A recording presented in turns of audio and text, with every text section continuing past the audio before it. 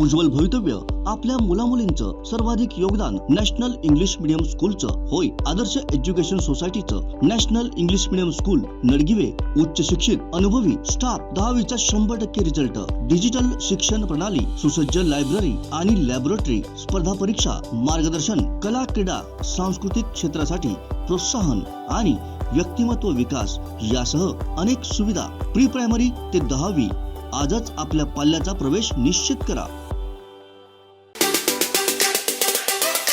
नितेश राणे यांनी जे आज उद्धवजी ठाकरेंवरती जी काही टीका केली आहे त्या टीकेचा मी निषेध करतो आहे।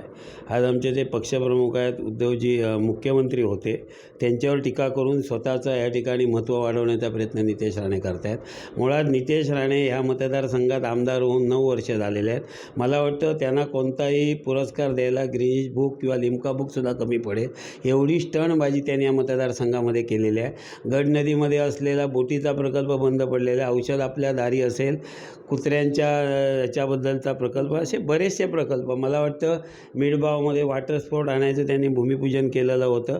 ज्या प्रकल्प, मला वाटतं 22-23 प्रकल्प या मतदारसंघात बंद पडलेले आहेत। आणि सर्वात आज कोणता असेल तर मला वाटतं मुंडे डोंगरीवरती त्यांनी 800 कोटीचा जो AG.comचा प्रकल्प जो आहे तो आज बंद पडलेला आहे। त्याचं केंद्रीय मंत्र्यांनी त्यावेळी भूमिपूजन केलेलं आहे। 8 रुपयाचंही काम झालेलं नाही आहे।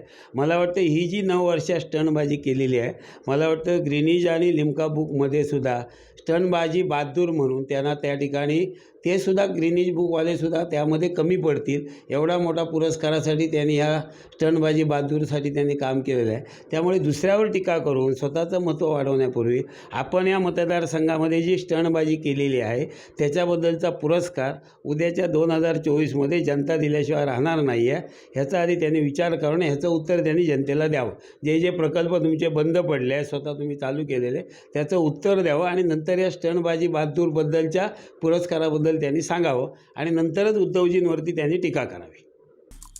आमचे दिवसभरातले सर्व अपडेट्स, ताज्या घडामोडी आणि थेट लाईव्ह पाहण्यासाठी सबस्क्राइब करा, लाईक करा कोकणचं नंबर 1 महा चॅनल कोकण 7 लाईनचं YouTube चॅनल।